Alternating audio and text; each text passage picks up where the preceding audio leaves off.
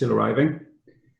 You're very welcome, folks. I've explained to our guests that we're operating on Irish time, which means nothing starts exactly when it's meant to. And we give people an extra couple of moments to arrive. This online world is the same as the offline world, isn't it? That's right.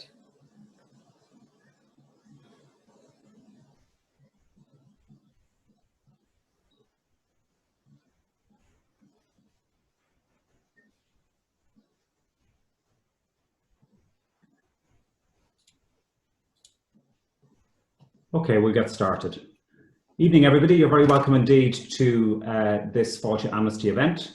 As you know, these are bi-monthly events that we run to open up conversations on very topical and significant human rights issues, and also to introduce people to Amnesty's work in that area and our work generally.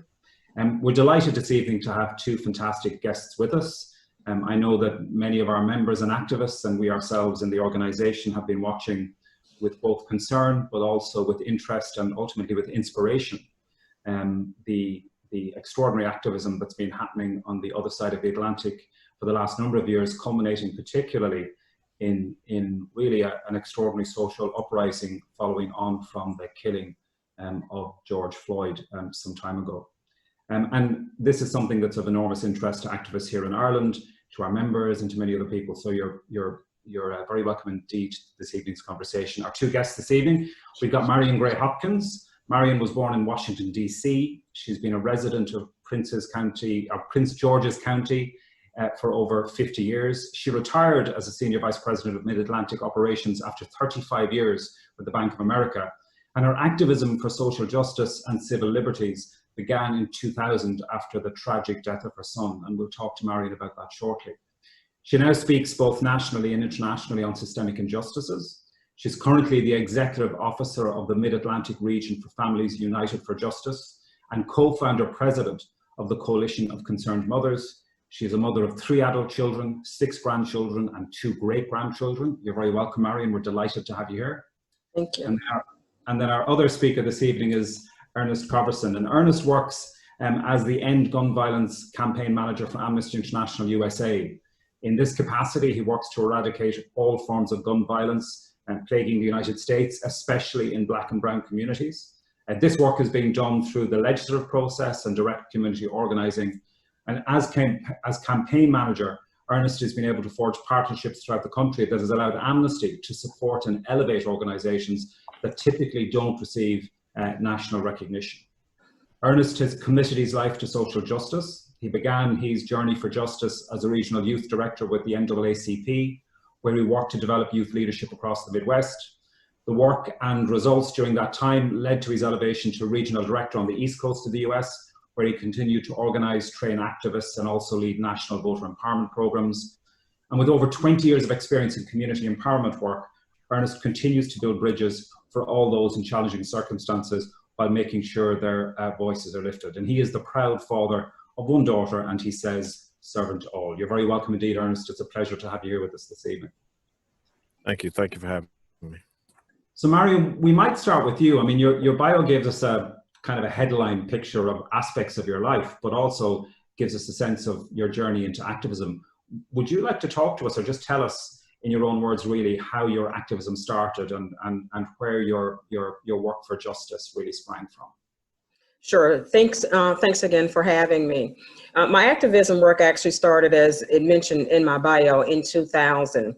In November of 1999, my son, Gary Hopkins Jr., was murdered by the police in Prince George's County, where I have now been a resident for over 50 years. Gary had attended a dance at a local fire station after being invited by his supervisor of a job where he was working part-time. He was invited to that dance because we had lost his father just 16 days earlier from a very short bout with terminal bone cancer. And Gary was having a very difficult time. He was very, very close to his father and was having a difficult time. And his supervisor thought that this would be a great opportunity for Gary to get out and about to try to help him with some of the grief that he was going through with the loss of his father. And attending that dance with a lot of his friends that particular day, Gary, let me step back a little bit, because one of the things I like to do is I like to humanize Gary.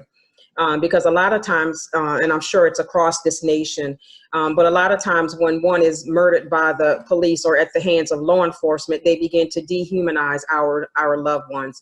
So I want to talk a little bit about Gary and who Gary was, because there was 19 years of life with Gary, and only that one tragic night of his death. At the time of his death, Gary was 19 years old. Gary was a full-time college student, and he worked a part-time job. Coming up, he was a happy-go-lucky kid. He just absolutely loved life. He, was always smiling, always joking around, and he loved to dance. He loved to write. He was a protector of his sisters. They were older. He was the youngest of the four children, and he used to protect them. He was also a mentor to his peer group, and a lot of the kids in the neighborhood, his friends, they all looked up to Gary. Gary loved snickerdoodle cookies, and my girlfriend, was every week he was saying, that was a bad batch of cookies, so could you make me some more snickerdoodles? So he loved snickerdoodles.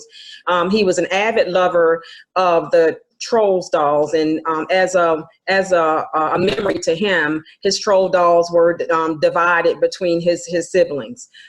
He was a lover of the supermodel Tyra Banks, and his whole entire bedroom was just wall to wall with pictures of the supermodel Tyra Banks. He used to perform. He was an avid lover of the rap music.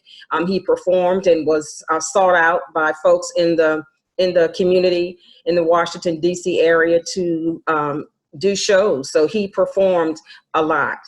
He was voted the class clown, through middle school, through high school, because he loved to make people laugh. So that's a very, very short, story about Gary and who Gary was. On the night of Gary's death, as I had started to share with you, Gary was invited to this dance by his supervisor. And the morning of that dance, he came to me and he laid down beside me on the bed. And again, it's just 16 days after we had lost his father. And he says, Mom, he says, not only was he my father, he was my best friend. And I've been invited to attend this dance at the local fire station. And he says, I'm going to invite my friends. I'm going to invite some of my cousins to attend as well. He said, you should come and go. And of course, I declined. I was going through, my grieving process with the loss of my husband as well. And he says, well, I'm going tonight. He says, I want to dress up in my dad's clothes. And they were about the same in stature. He says, I'm going to wear all my dad's clothes tonight. He says, but I need a shirt. So Gary went shopping that day. He got a shirt. He dressed up that night. He and his friends, he comes to me. He says, Mom, I'm going to the dance. When they got to the dance, as I mentioned earlier, Gary was a mentor to his peer group. So he went to the dance. One of his friends, as young folks do, got into an argument with another gentleman at the party over this girl. And Gary broke up the argument. And at the end of the dance, he got everybody into their respective vehicles. And as I mentioned, Gary was always joking around. So once he got everybody into the cars, he was in the lead vehicle. He got out of the back seat because he wasn't driving, and he had his friend roll the window down, and he sat on the outside ledge of the windowsill, making certain that everybody was still where he told them he wanted them, because he was always large and in charge, right?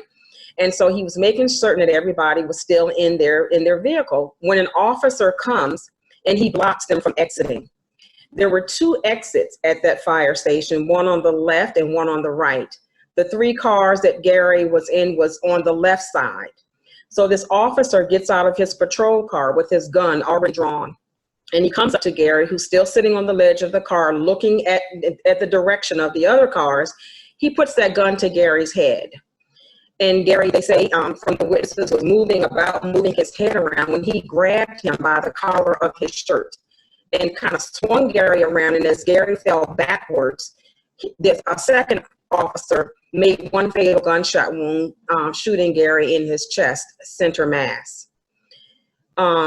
Gary's friends came to his aid when the police officers came and actually drug Gary out of their arms and took him to the side of the road, rendering no aid at all. That night, there were no weapons. There was no alcohol.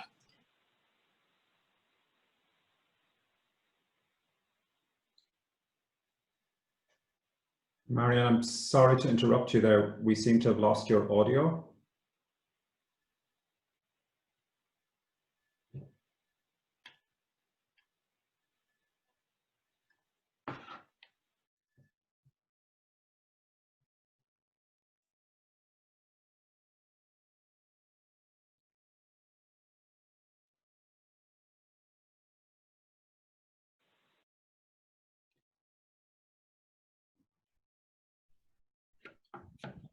So we can't hear you right now, Marion.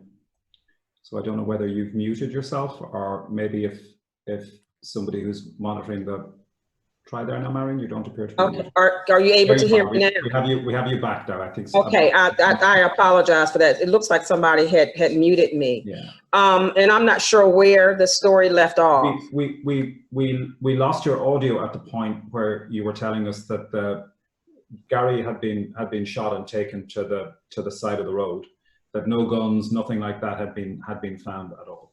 Okay, and just to wrap the story up a little bit, to make it a little bit shorter, one of the officers, the officer that made the fatal shooting to Gary's chest, he was in fact indicted. The other officer was not, although the other officer who precipitated this event was under investigations for multiple excessive force incidents. And so we went to trial. It was about a 7-day trial. And there was a judge trial. The officer who shot him chose the night before the trial to use a judge versus a jury trial, which is his right. So we sat there in that trial for 7 full days for the judge, who was asleep most of the time, to say, I've heard enough. I'll be back after lunch with my verdict. And he acquitted the officer on all charges. It goes, I feel like the judicial system failed me. From the beginning to the end, and that included our state's attorney who indicted the officer, because both officers should have been indicted. The judge who slept through the trial, who allowed this killer to go with no justice served for my family. So I'm saying all that to say is that here it is 20 years later, and we have the George Floyd, we have the Rashad Brooks, we have the Breonna Taylors. I mean, we have this many across this nation that have been killed. Over 20,000 have been killed by the hands of law enforcement since Gary has died, with little to no justice. They get away with killing with impunity. So we're dealing with a systemic racist system. There is injustice that goes on every single day. And at this point, after watching reluctantly that video of George Floyd, to see that people across the nation have had enough, and they recognize that the system is not fair, and that Black and brown people are being killed 3 times more likely than their white counterparts. And we're to the point where enough is enough, and we're sick and tired of being sick and tired. Thanks, Marion. I mean, first of all, I'm sure you've heard this many of the time over the years, but I'm so sorry for what's happened to you and your family. I'm so sorry for what's happened to Gary. I'm so sorry for what you've had to carry all of these years. You know, very often when we talk to human rights defenders and we acknowledge their courage, I think that's an important thing to do. But I think in acknowledging your courage and the courage of everybody else who's fighting for justice, we also have to say that that courage in many ways holds a mirror up to a cowardly society. Because you have to step up because others won't. You had to step up because the system that was meant to provide you with justice, provide Gary with justice, did not. This should not be on you. But thank you. Yes. Can I also just ask, you talk about it's 20 years since. What's it like now to see what's happening? I mean, as you look at what's happening in the US now, as you look at what's unfolding, how do you feel? Such a broad question, but I'm interested to hear your response. Yeah, I mean, it is very broad, but there, to me, I see a sense of that I can be hopeful. To see the many different races, the many different age groups come together, and the diversity of what you see, that people are standing up and are recognizing that there has been this injustice from people of color for over 400 years. Mm. And so again, I see a sense of that there is hope that change is on the way.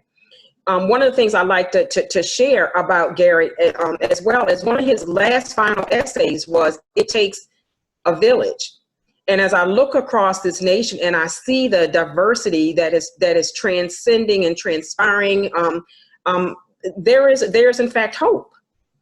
People are coming together and saying, again, enough is enough, and this is our demands. Before we said we would like to see this change, we would like to see that change.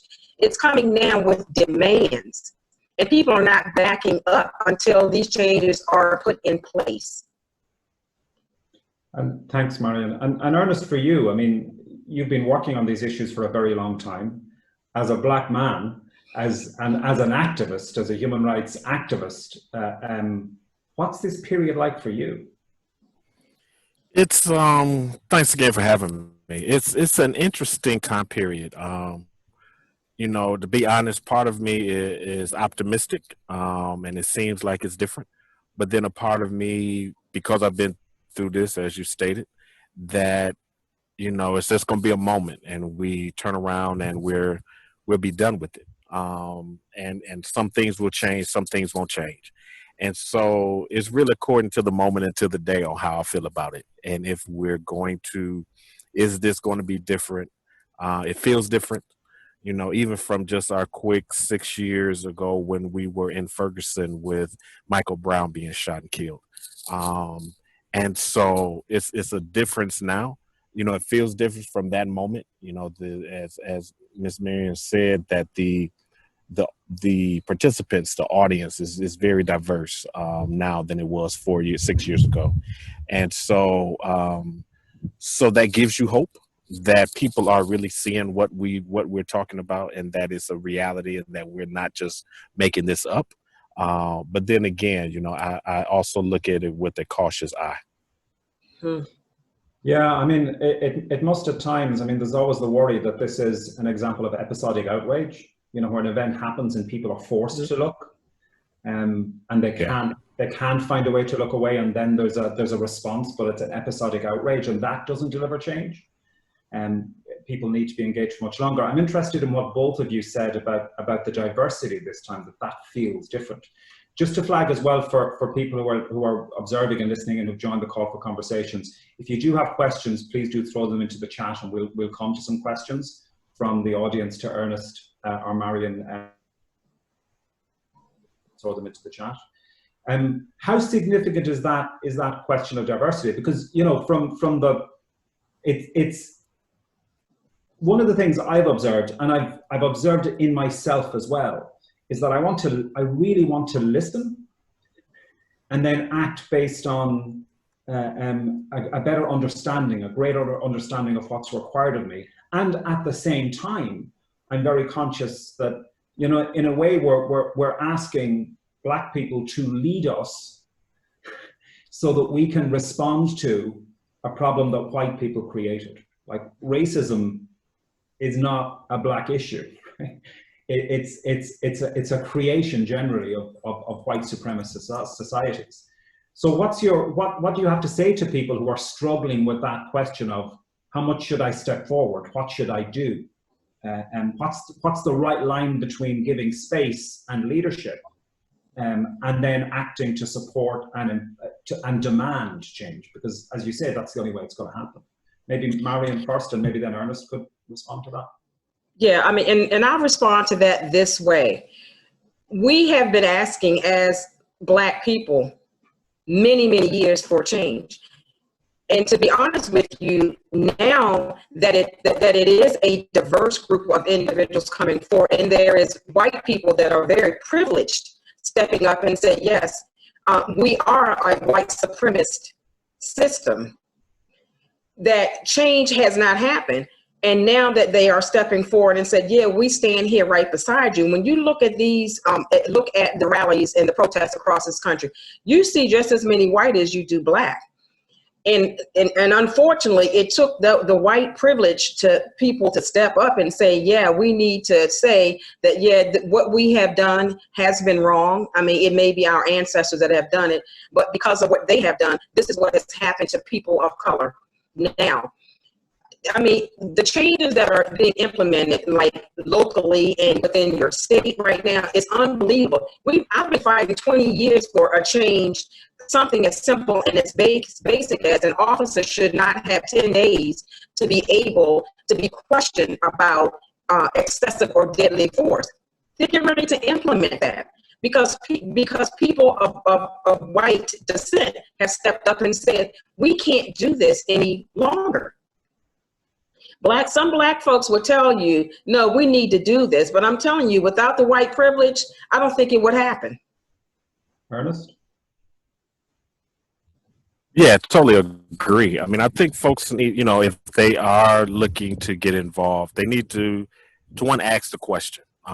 They have to step out of being comfortable at this moment. You know, they have to get out of their comfortability and sitting back and it's happening over there and not here. If they need me, they'll come talk to me first.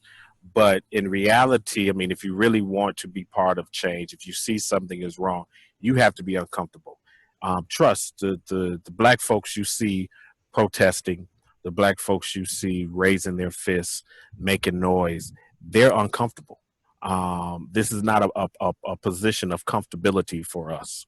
You know, this is not something that we wake up and like, hey, this is what we want to do all our lives, is to fight racism.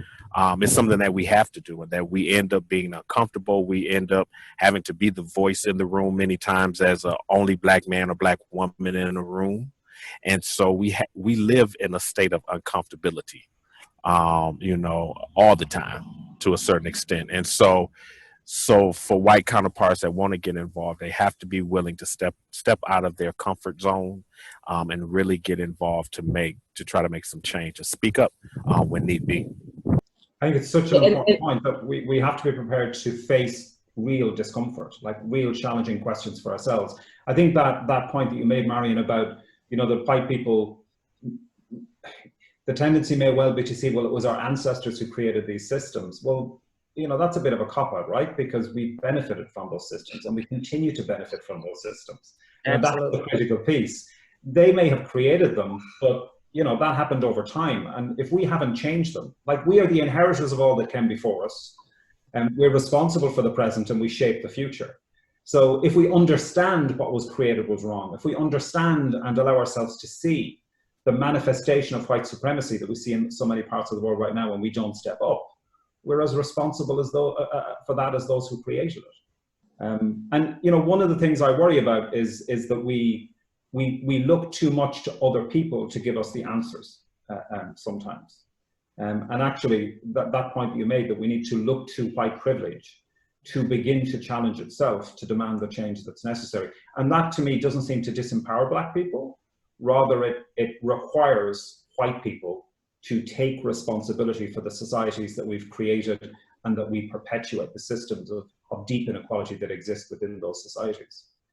We had a brief chat a little while ago, and I mentioned that I have two kids, and my daughter, and they're both people of color. My daughter was talking to me about all of this recently, and one of the things that she really resented was that so many people looked to her, expecting her to give them an answer about what they should do.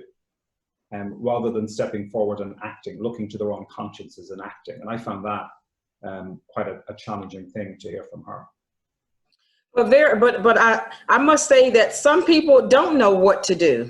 And so sometimes we may have to direct them to what it is that they can do.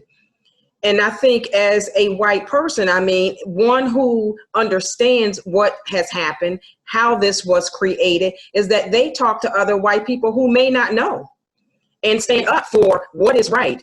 Stop judging people by the color of their skin and judge them by their character. Call them out. When you see someone saying something that you know is not right, say something. Lots of those are the questions that are coming into the chat at the moment. So, you know, what can we do to change things? What do we think that white people need to do to change the mindset of white people? Then there's a question about how do Marion and Ernest feel about equality and diversity in children's education? So are we seeing enough change in how education deals with these issues? Ernest, I see a large smile spreading across your face at that question. So I'm going to come to you first and then I'll come to Marion on that one. So the role of education. Yeah, the education piece most definitely I think is a challenge. You know, I was having some conversations just recently about, you know, we've been doing internally within Amnesty, doing some brown bags in regards to Black history, or you know, as Juneteenth came along, and all of this has been going on for the past 30 days. And it just amazed me how many of my colleagues didn't know about things that pertain to Black people here in the US. But at the same time can tell you, you know, 100 things about another country and another community on the other side of the earth, right? So they can tell you what's customs in Thailand. They can tell you what the food is in Bangladesh or wherever. But for people that they may have went to school with, folks that they live with, work with, they have no clue about. And so the educational piece, you know, most definitely our school system needs to revamp what it's teaching and how it's teaching what it's teaching. But then also people have to be individually take amongst themselves, again, getting out of comfort zone, to learn stuff also.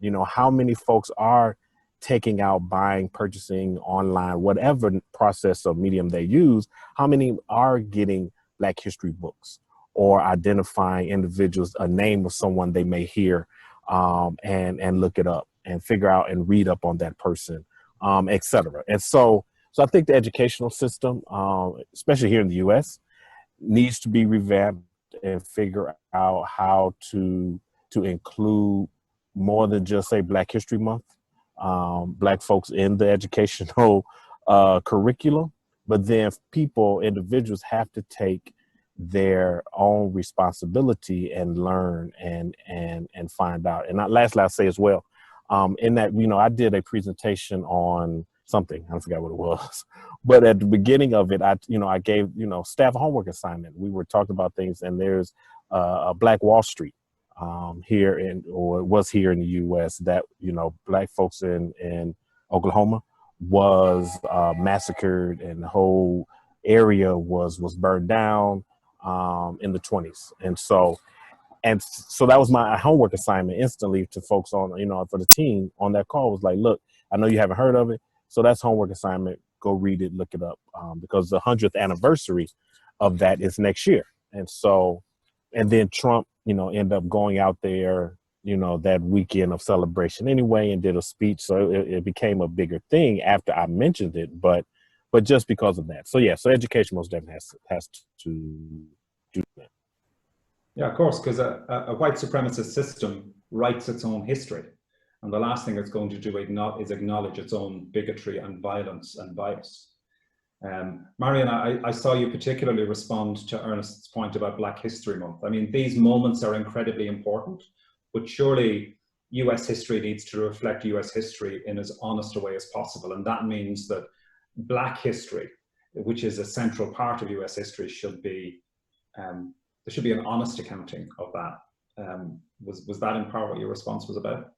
That was exactly what my response was going to be. I mean, if there isn't much more I can add to what's already been said by Ernest, but it just needs to be revamped. And again, Black education and need to be in the school just like white education. So, I mean, I don't have much more to add to that. There's an interesting question coming in from somebody here to ask Marion, what would Gary as a mentor have said about this question of education?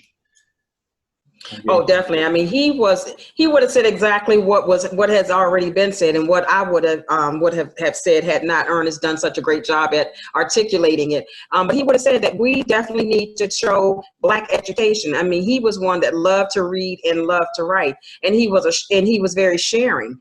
So whenever he was interacting with his nieces, nephews, you know, his cousins, he was always sharing information about his history.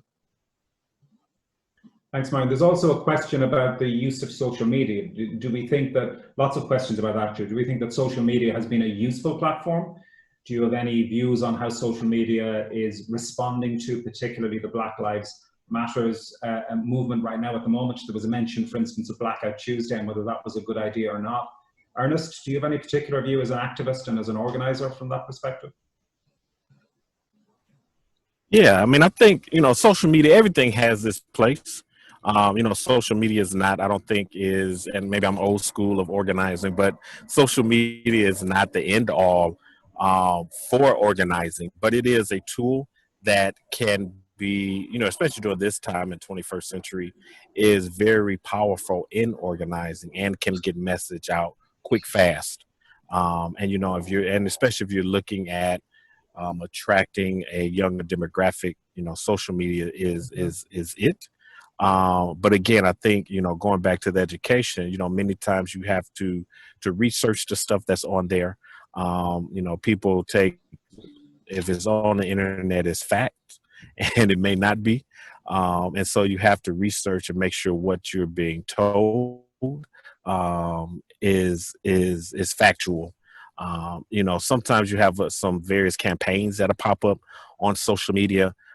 Again, you have to be wary and just figure out those pieces. But no, I think social media, as well as in person and face-to-face organizing, is what's going to happen. And social media is just a good tool to make those things happen.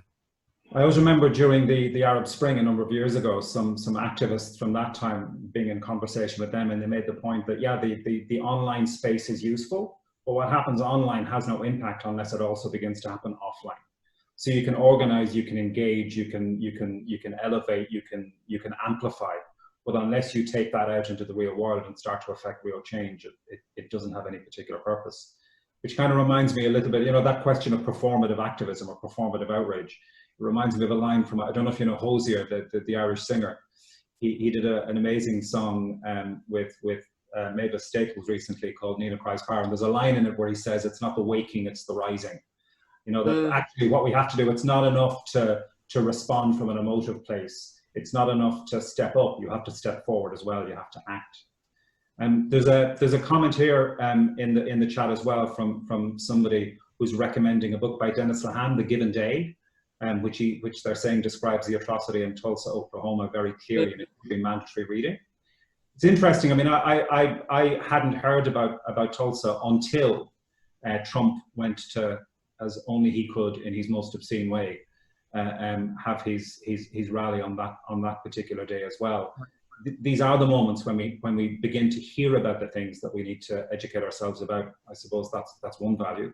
There's a question asking about whether we're seeing any leadership coming from Black police officers and trying to reform the indiscriminate use of lethal force on Black people. And maybe we could broaden that out and we could ask, are we seeing any of that leadership come from police officers generally, and not just from Black police officers? But I don't know if either of you want to respond to that. I mean, I'll touch on it just a bit, just to say that we need to look at all police officers, because one of the things that we talk about a lot here in the United States, it's really not really the white officer or the Black officer, but it's blue against Black, right? And that they have become a part of the system themselves if they are in fact a Black officer.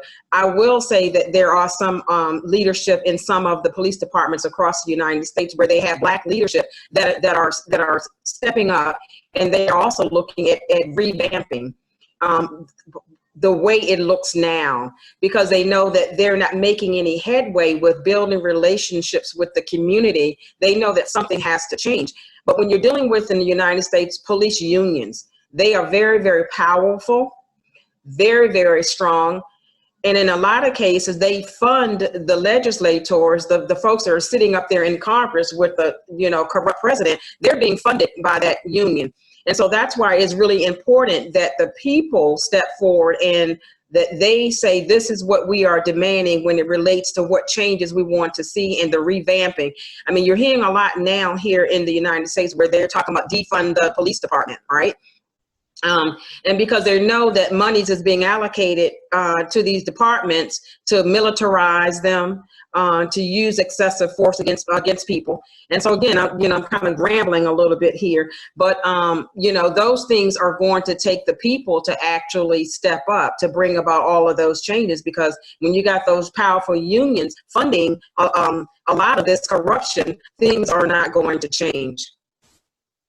It strikes me that that's another thing that we could say that people could do as well. And I know there's been big calls for funding for organizations that are working to support the movement now in the United States.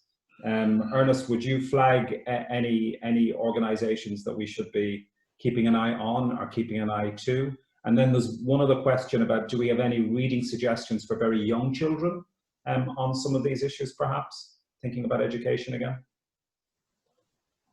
Gotcha.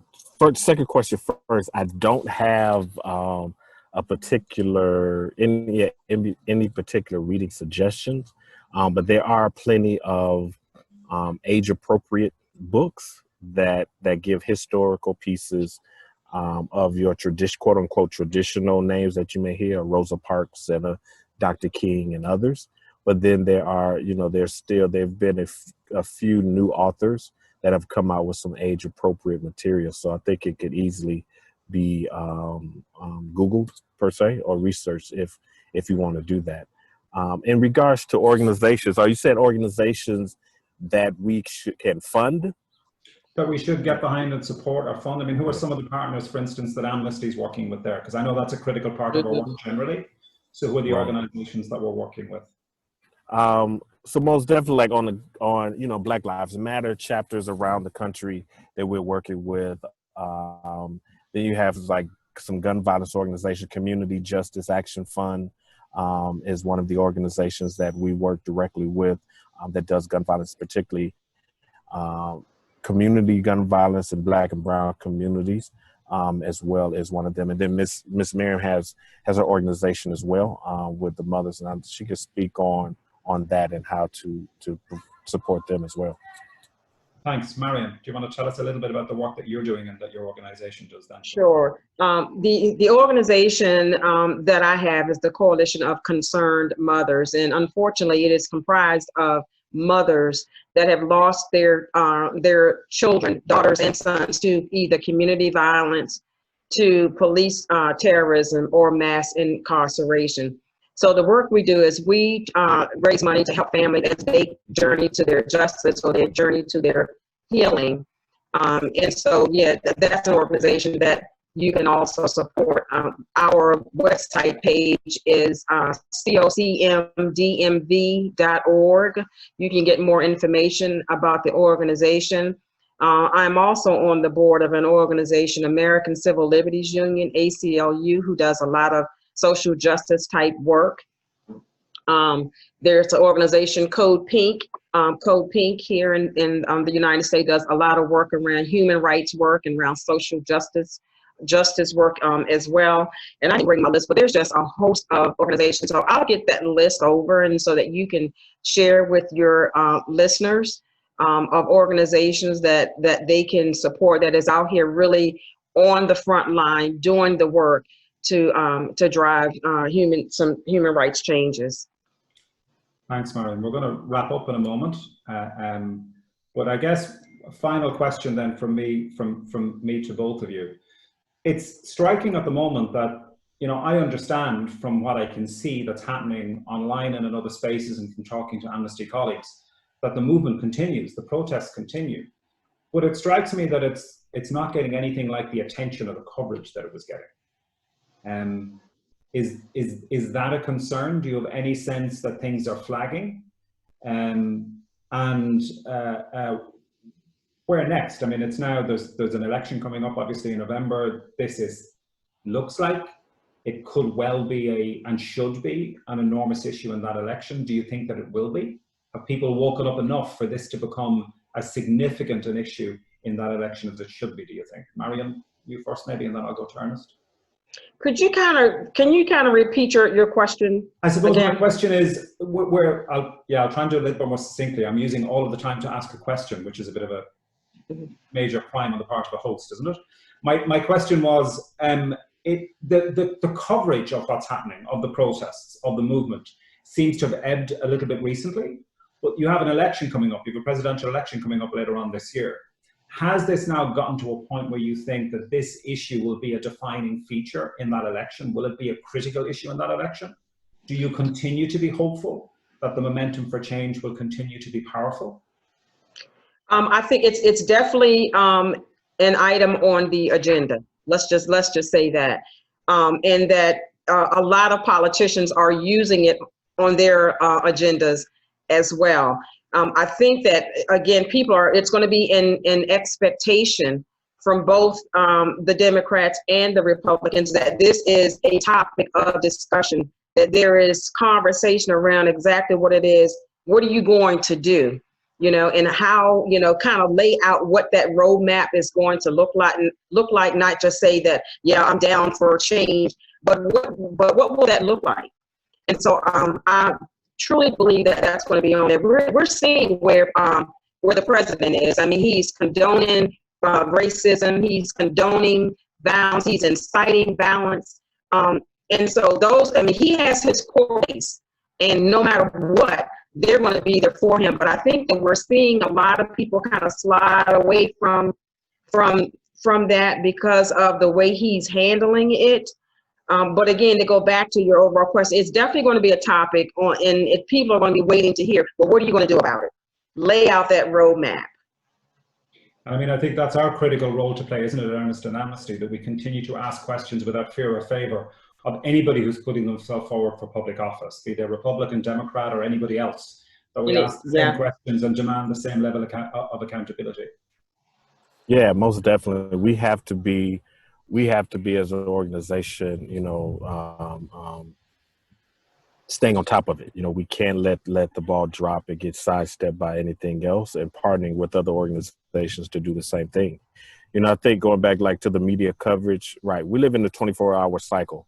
And so, we're still living in a pandemic, and so that is a flip-flop. You have, 6 in one hand, half a dozen in the other, figuring out which is going to get above the fold, what's going to be the breaking news story. And so I think it's going to, we're going to lose some of the media coverage, but I think the protesters, I think the activists will continue to push throughout this summer. And then, it may get a little lull, but it's a planning process, and that they will come back strong come election season time.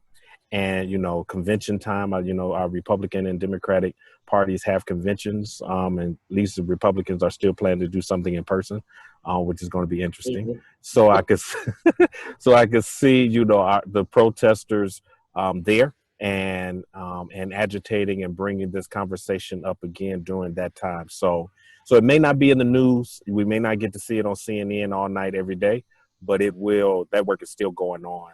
Trust and believe folks are still making things happen behind the scenes. Yeah, thanks, Ernest. I mean, as we know in Amnesty only too well, change takes a very, very long time to happen, but when it happens, it can happen all of a sudden. So it can feel like change happens instantly, but actually the reality is it takes sometimes centuries, sometimes decades. And that's why I'm so proud to work with Amnesty. We understand that change requires dogged, absolute determination. And it's why, Marion, it's such a privilege and an honor to stand with you, to listen to you. And please know that you have the support of Amnesty International, not just in the USA, as I know you're aware of, but Amnesty International globally. We are honored to have had you join us here this evening. You've been inspiring and compelling and generous with your time. And all of our comments in here have testified to your courage and people's gratitude to that. So thank you very, very much indeed. On behalf of Amnesty in Ireland and on behalf of Amnesty International globally, thank you for all of your work, and it's been a privilege to talk to you. Yes. And Ernest, our colleague in Amnesty USA, thank you again for making the time this evening. You're in a fabulous park there in Detroit, I know, so we'll let you get back to the sunshine there shortly and enjoy the rest of your day as it starts to get dark here in Ireland. But honestly, it's been a joy and a privilege to talk to you both, so thank you very, very much indeed. Yes, and I would like to thank you, and I'd like to thank your listeners and know that this story is much greater than Gary. As I mentioned, there's over 20,000 deaths that have occurred since Gary was murdered in 1999. So that goes to show you that this is not an isolated incident. It's huge. And again, we need the support of everyone to be a part of the village that is needed in order to make the necessary change. So thank you. A global village at this global point. Village, thank you. Yes, thanks, absolutely. Marion. Thanks, Marion. Thanks, Ernest. And I'll hand over to Deirdre now. Hi, everybody. It's great to see so many people here today, and I really like that last note there about working to create a bigger global village, and that's exactly what we're trying to do with the Amnesty movement across the world. And I know I certainly want to speak out and stand up and put myself out of my comfort zone, and stand in solidarity, even more so now after hearing Marion and Ernest speak. Feel very inspired to get more involved. So we'll actually have an action that's really relevant and current to what Marion and Ernest were speaking to, that we'll share in a follow-up email. But I'm going to speak a little bit now just about how you guys can all get involved in Amnesty International Ireland. So we have over 8 million supporters worldwide. So you're really joining kind of that worldwide global village, that worldwide movement. People who are members, people who join our campaigns, people who join as activists, and people who fundraise with us as well. So I'm just going to share my screen now to let you know about different ways that you can get involved, from really initial kind of sign up, low commitment, to kind of more time and more commitment if you'd like to do so. So here I go. Great.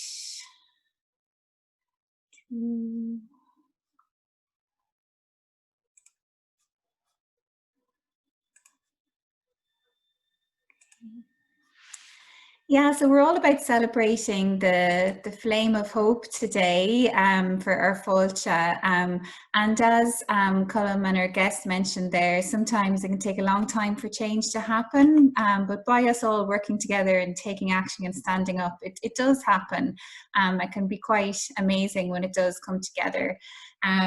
So we've lots of different activists who are involved in the movement in Ireland, who spread and grow information and campaigns and events about human rights, and get more people involved, put pressure on targets for change to happen. These are people who have the power to make the change, for example, people in government, and it can also be raising awareness in the wider community, and overall ensuring that human rights are upheld, that every person in Ireland, and when we're working on global campaigns, every person who's affected by those issues can actually claim that the rights that they're entitled to.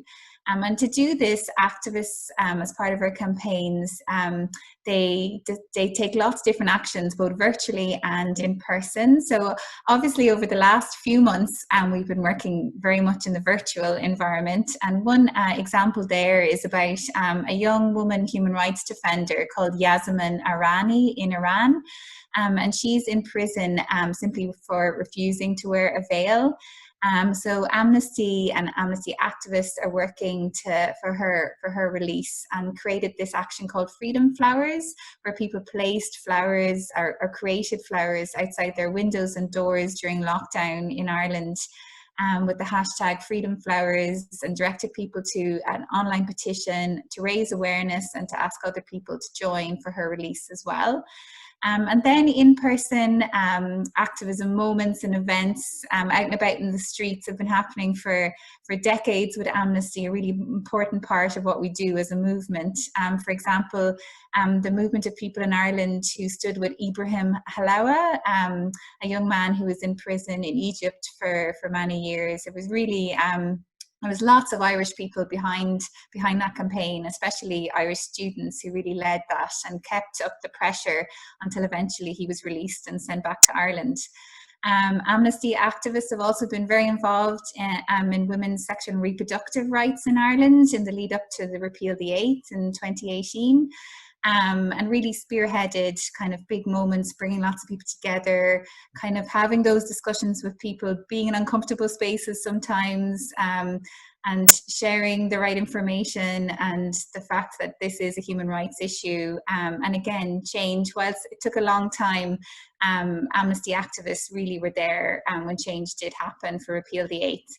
And then the final image there is a really powerful, fun event that we had outside government buildings last September, a really sunny day, when Mike Pence, the American Vice President, was visiting Ireland.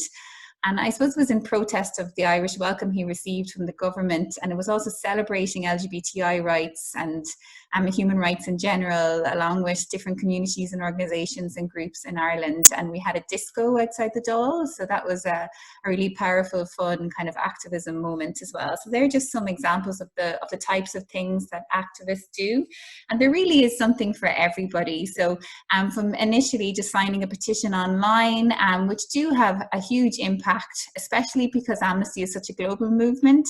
You could have potentially, you know, over 1 million signatures that could be sent to the one target. So they really do have to stand up and take notice. Joining an event and signing up to become a member, to becoming more involved, running events. You can also volunteer to be a school speaker when schools are up and running again, accepting visitors. And I know that education there came across as obviously a really, really important key element to challenging racism and challenging kind of violation of human rights in all its forms. And then if you'd like to become more involved, there's specific groups, and you can even support other activists and train others once you've become more involved yourself, and get really involved in how our organisation is run.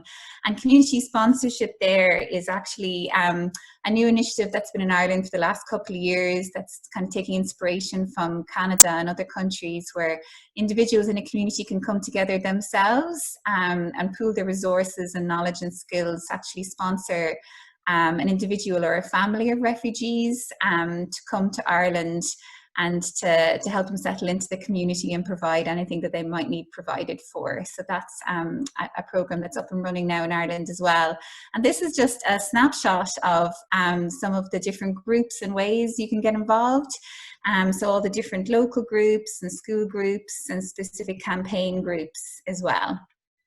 So please do contact us, and we will send any links and emails, email addresses in an email afterwards as well. So you'll have all that information to hand.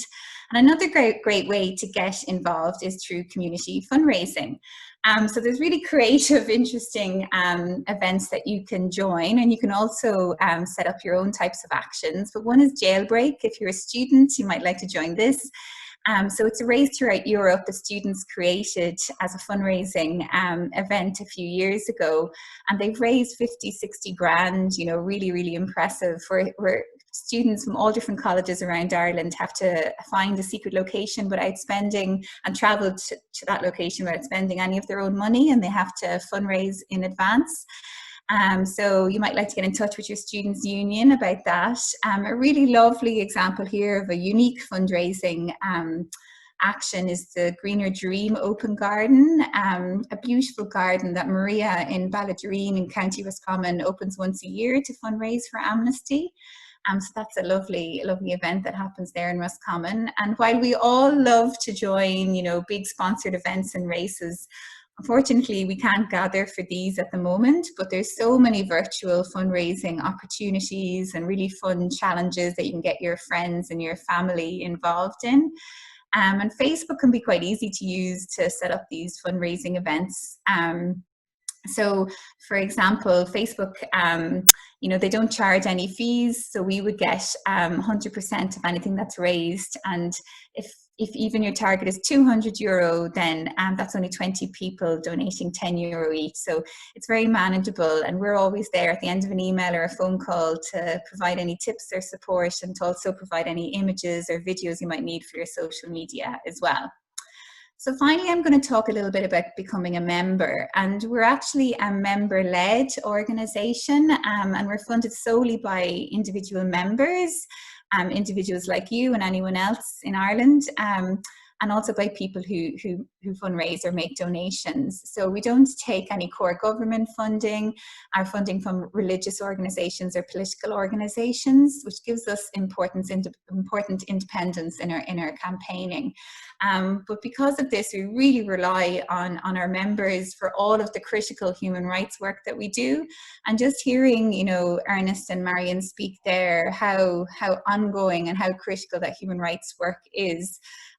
So to fund reports and investigations into any human rights violations or abuses, including systematic abuses, whether it be in the USA or elsewhere. And then also how we try and create human rights impact and change then on our campaigns and activism. So membership really keeps all of that work happening. And a member is anybody who decides to donate regularly, which is monthly or annually, for as little as €5 a month. And there's also concessions as well as student rates as well. So we hope that you might have a look at that. And members, as a member-led organisation, members really lead kind of the direction of our organisation. So for example, members have the right to put forward a motion at our annual conference and to vote as well. So members really have a say in how we achieve our mission that everybody should enjoy their human rights all the time. And student groups and local groups also have a vote as a group in terms of, you know, motions and things like that at the annual conference. So they also have that sort of right and that sort of power within the organisation, as well as all the other activities and gatherings and awareness raising that they do. So I hope that you might have seen some opportunities for you there, and that you'd like to get in touch with us. We'd love to get to know you a little bit better and see maybe what area of human rights, what campaign or what local group or what fundraising action or what type of membership might be the best for you. So we look forward to hearing from you, and we'll send all these links in an email. So what I'm going to do now is I'm just going to very quickly pass you over to Mupo, who is an activist with us, a wonderful activist and supporter of our organisation with our End Direct Provision group. So thank you very much, and I'll hand you over to Mupo now. Thank you.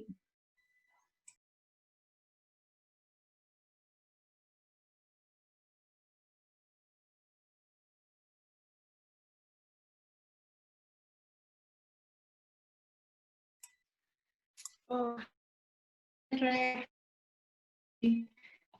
name is Mpomo Kotso. I am from Lesotho in Southern Africa. I would like to start by saying how I got to know about Amnesty International, my involvement at the moment. I came to Ireland in August 2019, and 2 weeks after my arrival, my dad passed away. I didn't know a single person here in Ireland. Somehow one lady that stayed at the center where I stayed shared my story with one guy called Lakika, who is a co-founder of Movement of Asylum Seekers in Ireland. So he came to pay his respects and provide me with support. And that's how I became a member of Movement of Asylum Seekers in Ireland. And then because I felt it to him for me at the time of my need, he invited me to a meeting or the Amnesty International and the Boys Soccer Club. They had an unveiling of a new soccer jersey, and they were supporting, the jersey had a logo saying they support asylum seekers and to end direct provision in Ireland. So I attended that function, and that's when I got to know the members of Amnesty International. And that was in January, if I am not mistaken. And from there onwards, I've been following Amnesty International and the work that they do, as I had given a brief speech at the function. And then in March, I was moved from one direct provision center to another, and Grace got hold of me to check how I was doing with my daughter. And they were planning to organize me support in terms of community. I have a very good connection where I'm staying. That's when I had to know about the action group fights direct provision to the asylum seekers in Ireland, and then I joined the group. That was in March, and since then we've been through that group doing a lot of in terms of exposing things that happen in direct provision and doing a lot of activities online and on social media to talk about the direct provision. Basically, what I can say Amnesty International has done for me as a person, I haven't met a lot of people in person, but I've made a lot of connections here on the cyberspace, which is something that was not possible for me had I not interacted with Lucky or a few members of a few members of Amnesty International. The people that I'm mentioning would probably be Grace, because she's the main contact that I talk with all the time with anything that is happening. So basically, yeah, Amnesty International has been doing a great job in terms of supporting us as asylum seekers here in Ireland in fighting the direct provision, which is another plight that has been crippling the society, but that people did not know about. And people are getting to know about it because of publicity that groups like Amnesty International and us are putting pressure and are exposing things that happen, exposing the illness and the abuse and the horrors that are happening there, and putting pressure on the government as well in terms of fighting for the rights of the people. Our voices, it means a lot. It carries a lot of impact when it comes from people who are mostly Irish and are supporting people who actually are voiceless, and we are kind of invisible in the space right now. So when we have the support of Amnesty International and other action groups, NGOs, it kind of carries the weight, kind of sends the message across in a very powerful voice, as opposed to if I were to do it, I'm just a nobody knows who I am, where I come from, they even doubt my story of being. So it kind of makes a lot of impact for us to have this support and solidarity. So yeah, that's about all I have to say. And I've made amazing friends. Like I said, I haven't met them in person. I communicate with them. They provide me and some of the guys probably with enormous support emotionally and otherwise. So thank you very much. Deirdre. Thank you, Mapo. Another face on the screen. I just want to thank Mapo and everyone for joining us today, and for all our attendees for those brilliant questions and for really engaging with the conversation with Ernest and Marion, as well as with Mapo and Deirdre. Thank you so much, everyone, for joining us today. We will be sending an email to everyone who attended with all those links that we've been putting in the chat. We're